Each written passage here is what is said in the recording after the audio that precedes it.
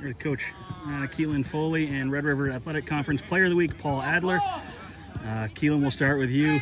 Two big wins last week over Our Lady of the Lake and then Texas A&M San Antonio. How do you keep that momentum going from last week? Yeah, just to quickly hit on Paul, first of all, phenomenal week for him. He's been great, since I've known him for the last 4 years.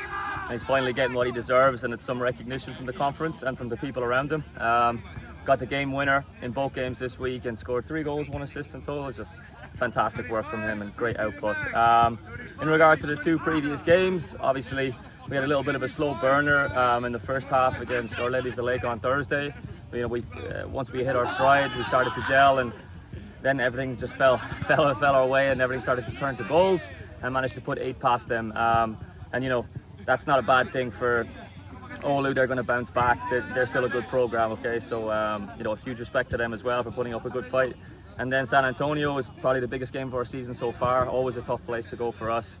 Managed to get out of there with a 2-0 victory in a very nip and tuck game. So, very proud of the boys. And again, as we always speak about, still some bad habits we need to improve on. And still using the good results as fuel moving forward. Paul, a pair of game winners last week. First one against Oulu, and then you score both of them against San Antonio. What's it feel like to be named, RAC Player of the Week? I mean, it's a first for me, so a bit of unknown territory, but I've been waiting for 4 years for something like that, so feels great. Keelan, you have Jarvis Christian and Texas A&M Texarkana this week.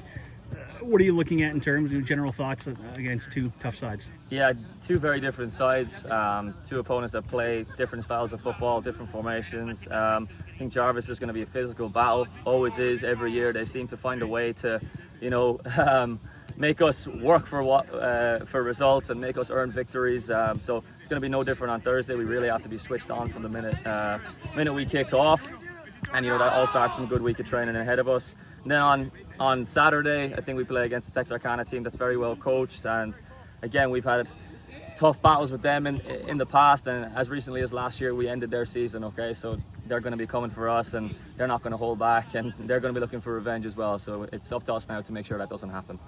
Paul, you came off the bench in both games last week, scored 3 goals. How do you keep that run of play up coming off the bench and having to go in at almost indeterminate spots?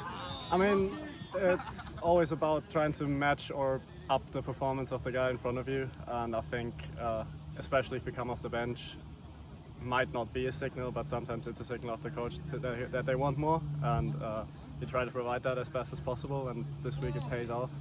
I mean, if you work hard over the week and it's not just enough to start, then you're itching to go in and show that you should have been starting.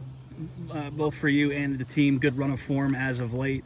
How do you keep that going and keep stringing one game after the other? I think first step is today to come back in and quickly delete what happened last week, because it's a completely new week, and get back to work, practice well the next 3 days, and then go into the game on Thursday, hopefully not having a slow burner against Oulu, and play 4 really good halves and have no jeopardy of winning the games. Thank you.